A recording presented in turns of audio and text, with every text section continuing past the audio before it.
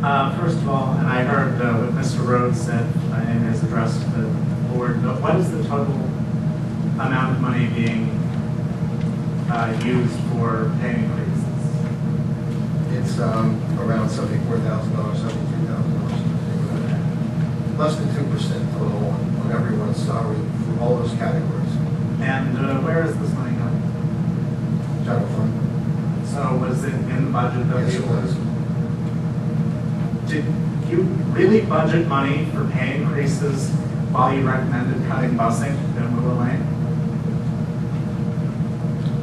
I included salary increases for every employee in this district. That's correct.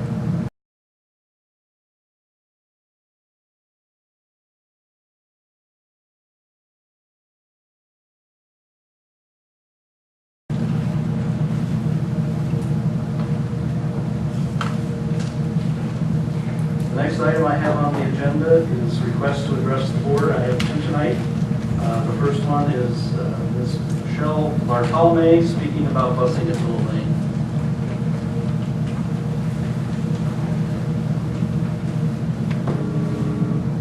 My name is Michelle Bartolome, and I live in the Brandywine 1 development in Macungie.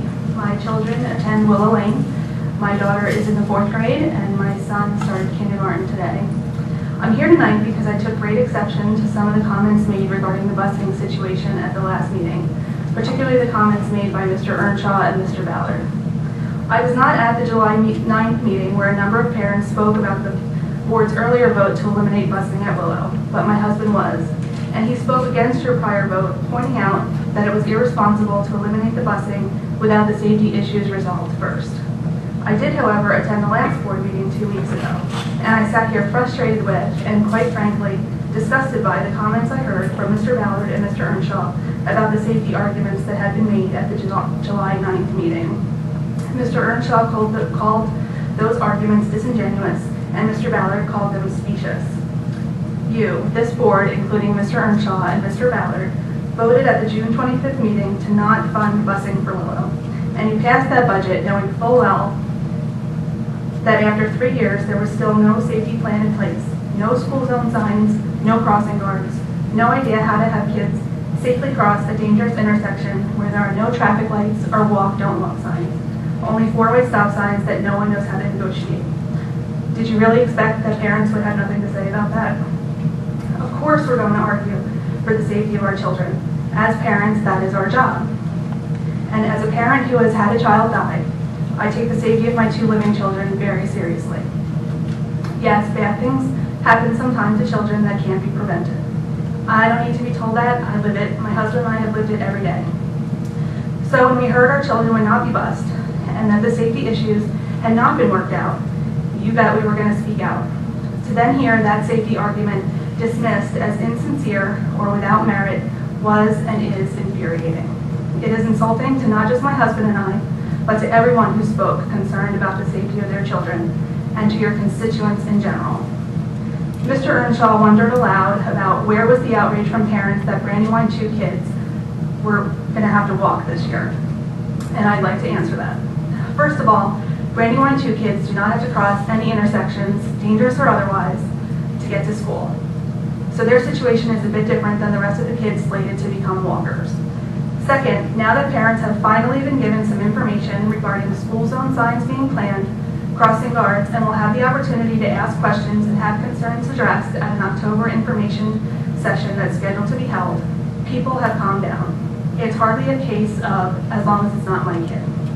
All we want is for this to be done properly, for the safety of our kids. And the proper way is not voting first, thinking second, acting annoyed when parents advocate for their children's safety, and then dismissing that advocacy as disingenuous or specious. When you do it that way, you not only lose votes from your constituents, you lose their respect.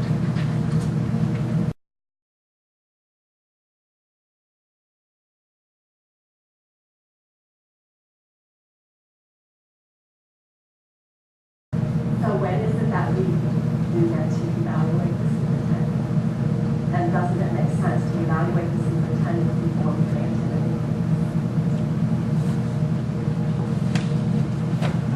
There are times in the contract when that occurs, and that will be be occurring for the next year sometime this fall. I believe the vice president of the board has the responsibility to put that committee together and make that evaluation situation. So that will be occurring for the next time. But this particular one involves the new contract, which was agreed to by the board. And that contract specified the raise this year. So that in effect, that evaluation has been made by the board.